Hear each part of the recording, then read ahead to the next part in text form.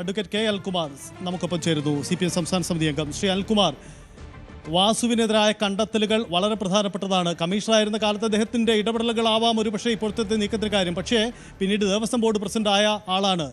വാസു ഗുരുതരമായ ചട്ടലംഘനം നടത്തിയെന്ന് നിങ്ങളും വിലയിരുത്തുന്നുണ്ടോ? ബഹുമാനപ്പെട്ട മുഖ്യമന്ത്രി വ്യക്തമാക്കിയതുപോലെ ശബരിമലയിലെ അയ്യപ്പന്റെ സ്വർണം അപഹരിക്കപ്പെട്ടതുമായി ബന്ധപ്പെട്ട വിഷയത്തിൽ ഏതെങ്കിലും തരത്തിൽ വിദൂര ബന്ധമുള്ള ഒരാളെ പോലും അതിൽ ഉൾപ്പെടുത്താതെ വരികയില്ല, ഏറ്റവും ഫലപ്രദമായ നടപടികൾ ഉണ്ടാകും എന്ന് വ്യക്തമാക്കിയിരുന്നു.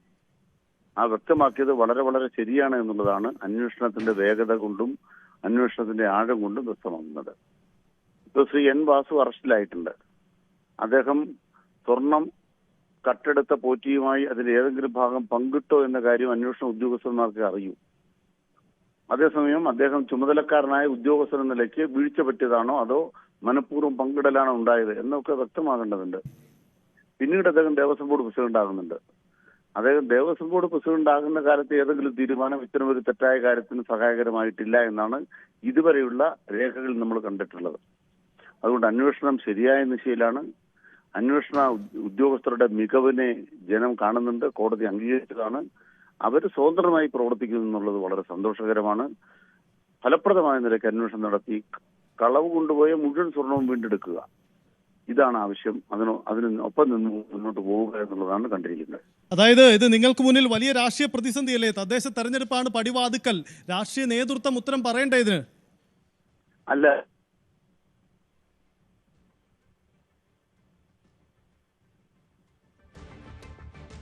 ശ്രീ അനിൽകുമാർ,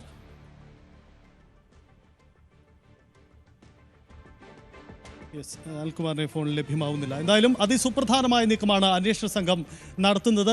N. വാസുവിന് ഈ കേസിൽ എന്ത് പങ്കുണ്ടായെന്ന് ചോദിച്ചാൽ N. വാസുവിന്റെ ശുപാർശയിലാണ് പോറ്റിക്ക് ഈ സ്വർണ്ണപ്പാളികൾ, ചെമ്പുപാളി എന്ന് പിന്നീട് രേഖപ്പെടുത്തിയ സ്വർണ്ണപ്പാളികൾ കൊടുത്തുവിട്ടു എന്നതാണ് സാഹചര്യം.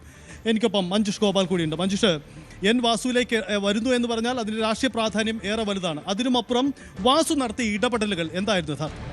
നമ്മൾ ഈ തുടക്കത്തിൽ ഈ വിഷയം ചർച്ച ചെയ്ത് ഇപ്പോൾ ശബരിമലയിൽ സ്വർണ്ണപ്പാളികൾ അവിടെ അന്ന് സ്വർണം മോഷണം പോയി എന്ന് പറഞ്ഞ സമയത്ത് എല്ലാവരുടെയും ശ്രദ്ധ പോയിരുന്നത് ദ്വാരപാലകരുടെ സ്വർണ്ണപ്പാളികൾ, അതിൽ നിന്ന് സ്വർണം മോഷണം പോയി എന്നുള്ള രീതിയിലായിരുന്നു. സ്വർണം കാണാനില്ല, അതിന് പകരം ചെമ്പുപാളികൾ ആയിട്ട് രേഖപ്പെടുത്തി അതിൽ പിന്നെ സ്വർണം പൂശി എന്നതായിരുന്നു. അപ്പോഴൊക്കെ ഈ വാർത്തയൊക്കെ പുറത്തു വന്ന സമയത്ത് N. വാസു പറഞ്ഞിരുന്ന വിശദീകരണം, അദ്ദേഹം ആ സമയത്ത് തിരുവിതാംകൂർ ദേവസ്വം ബോർഡിന്റെ കമ്മീഷണർ ആയിരുന്നില്ല. കാരണം 2019 ജൂലൈ മാസമായിരുന്നു ഈ സംഭവങ്ങൾ നടന്നത്. അതായത് ദ്വാരപാലകരുടെ സ്വർണ്ണപ്പാളികൾ ശബരിമല സന്നിധാനത്ത് നിന്ന് സ്വർണം പൂശുന്നതിന് വേണ്ടി, അത് ചെമ്പുപാളികളാണെന്ന് രേഖപ്പെടുത്തി സ്വർണം പൂശുന്നതിന് വേണ്ടി കൊടുത്തുവിട്ടത്. അപ്പോൾ ആ സമയം അദ്ദേഹം തിരുവിതാംകൂർ ദേവസ്വം ബോർഡിന്റെ കമ്മീഷണർ ആയിരുന്നില്ല. അതുപോലെ തന്നെ അദ്ദേഹം തിരുവിതാംകൂർ ദേവസ്വം ബോർഡിന്റെ പ്രസിഡന്റുമായിരുന്നില്ല. അത് ശരിയുമായിരുന്നു. കാരണം 2019 മാർച്ച് 31 അദ്ദേഹം തിരുവിതാംകൂർ ദേവസ്വം ബോർഡ് കമ്മീഷണർ സ്ഥാനത്ത് നിന്ന് ഒഴിഞ്ഞത്. അതിനുശേഷം നവംബറിലാണ്, അതേ വർഷം 2019 നവംബറിലാണ് അദ്ദേഹം തിരുവിതാംകൂർ ദേവസ്വം ബോർഡ് പ്രസിഡന്റ് ആയത്.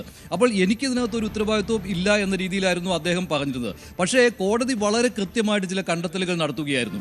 ഇത് ദ്വാരപാലകരുടെ സ്വർണ്ണപ്പാളികളിൽ ഒതുങ്ങി നിൽക്കുന്നതല്ല, മറിച്ച് പ്രധാന ശ്രീകോവിലിൻ്റെ മുഖ്യവാതിൽ, അതുപോലെ തന്നെ അതിന് ചുറ്റുമുള്ള ഈ കട്ടിള, അതും കൂടെ ഉൾപ്പെടുത്തി ഈ 3 ഭാഗങ്ങളിൽ നിന്നും, അതായത് ദ്വാരപാലകരുടെ സ്വർണ്ണപ്പാളികൾ പോയി, അതുപോലെ തന്നെ മുഖ്യവാതിൽ ഉണ്ടായിരുന്ന സ്വർണ്ണപ്പാളികൾ പോയി, പിന്നെ കട്ടിളയിൽ ഉണ്ടായിരുന്ന സ്വർണ്ണപ്പാളികൾ പോയി. അപ്പോൾ ഇത് 3ഉം കോടതിക്ക് ബോധ്യപ്പെട്ടപ്പോഴാണ് ഈ ദ്വാരപാലകരുടെ സ്വർണ്ണപ്പാളികൾ പോകുന്നതിന് മുൻപാണ് ഈ സംഭവങ്ങൾ ഉണ്ടായത് എന്ന് കോടതിക്ക് ബോധ്യപ്പെടുകയും അതുപ്രകാരമുള്ള വിജിലൻസിന്റെ അന്വേഷണ റിപ്പോർട്ട് വന്നതും. അതിൽ കൃത്യമായിട്ട് പറഞ്ഞിട്ടുണ്ട് 2019 ഫെബ്രുവരി മാർച്ച് കാലയളവിലാണ് ഈ ഇടപാടുകൾ നടന്നിട്ടുള്ളത്.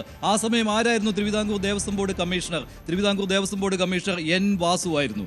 അദ്ദേഹത്തിന്റെ കൃത്യമായ നിർദ്ദേശപ്രകാരമാണ് ഈ സ്വർണ്ണപ്പാളികൾ ചെമ്പാണെന്ന് രേഖപ്പെടുത്തി അവിടെ നിന്ന് കൊണ്ടുപോയതും പകരം സ്വർണം പൂശി കൊണ്ടുവന്നതും. അതായത് അതിനകത്തുണ്ടായിരുന്ന വിജയ് മല്യ നൽകിയ യഥാർത്ഥ തനി തങ്കം അത് മാറ്റിയിട്ട് അതിൽ സ്വർണം പൂശി, അതല്ലെങ്കിൽ ആ യഥാർത്ഥ വാതിലേതാണോ അത് മാറ്റി, കട്ടിള ഏതാണോ അത് മാറ്റി, പകരം പുതിയ കട്ടിളയും വാതിലും പണിതു. വാതിൽ പണിതു എന്ന കാര്യം ഉറപ്പായിരുന്നു. അത് കോടതിയും കണ്ടെത്തി, വിജിലൻസും കണ്ടെത്തി.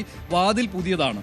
അതായത് പഴയ ഒറിജിനൽ വാതിൽ, അത് തനി തങ്കം പൊതിഞ്ഞിട്ടുള്ള ആ വാതിൽ മാറ്റി അതിന് പകരം തേക്കിൽ പുതിയ വാതിൽ ഉണ്ടാക്കി അതിൽ ചെമ്പ് തകിട് വെച്ച് അതിൽ സ്വർണം പൂശിയാണ് ഇപ്പോഴത്തെ മുഖ്യ വാതിലുള്ളത്. ആ സമയത്തും 2019 മാർച്ച് മാസത്തിൽ എൻ വാസുവായിരുന്നു തിരുവിതാംകൂർ ദേവസ്വം ബോർഡിന്റെ കമ്മീഷണർ.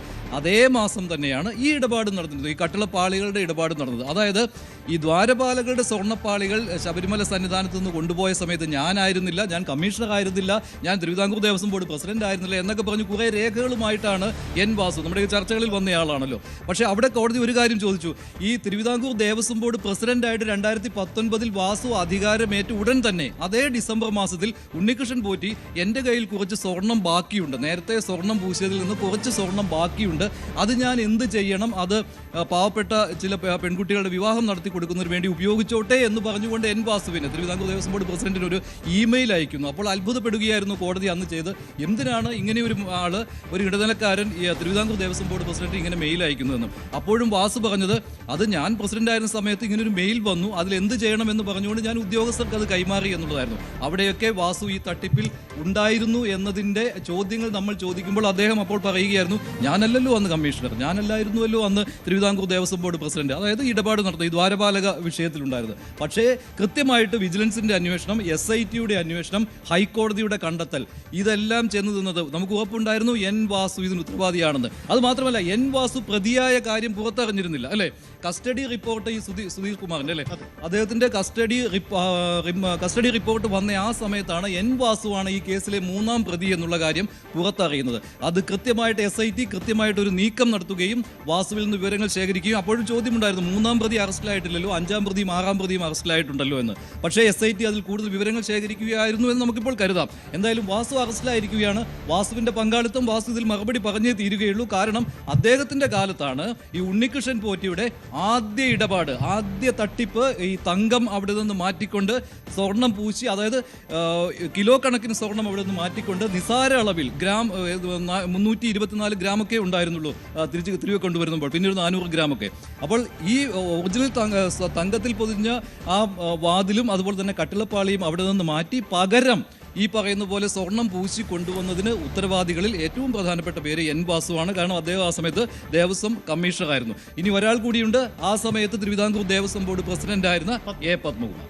ഒരു കാര്യം കൂടി മഞ്ജുഷ, അവസാനമായിട്ട് ഈ ഇപ്പോൾ അനിൽകുമാർ അടക്കം വാദിക്കുന്ന വാദം ഈ സ്വർണം പങ്കിടലിൽ അദ്ദേഹത്തിന് പങ്കുണ്ടായിരിക്കില്ല, അതൊരു പക്ഷേ തെളിയിക്കപ്പെട്ടിട്ടുള്ളതാണ്. അന്വേഷണ സംഘം കണ്ടെത്താൻ പോകുന്ന ഉണ്ണികൃഷ്ണൻ പോറ്റിയും ഇയാളും തമ്മിലുള്ള ബന്ധം എന്ന കാര്യത്തിലേക്കായിരിക്കും അന്വേഷണം പോവുക അല്ലേ? സ്വാഭാവികമായിട്ടും ഇപ്പോൾ ഏറ്റവും അവസാനം ഹൈക്കോടതി പറഞ്ഞിരിക്കുന്ന കാര്യങ്ങളുണ്ട്.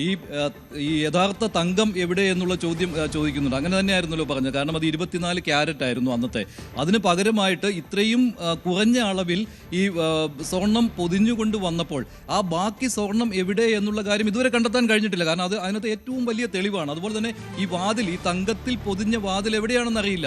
അപ്പോൾ കോടതിയുടെ നിരീക്ഷണങ്ങളിൽ പറയുന്ന കാര്യമുണ്ട്, അതിൽ നിന്ന് അരിച്ചു മാറ്റിയിരിക്കാം എന്നുള്ളതാണ്, അല്ലെ എക്സ്ട്രാക്ട് ചെയ്ത് മാറ്റിയിരിക്കാം എന്നുള്ളതായിരുന്നു. അപ്പോൾ ഈ സ്വർണവും ആ യഥാർത്ഥ അന്നത്തെ വിജയമല്യ നൽകിയിരിക്കുന്ന ആ സ്വർണം കണ്ടെത്തിയാൽ അത് വീതം വെച്ച് പോയിട്ടുണ്ടോ എന്നുള്ള കാര്യങ്ങളിലേക്കൊക്കെ എത്താൻ പറ്റുകയുള്ളൂ. അത്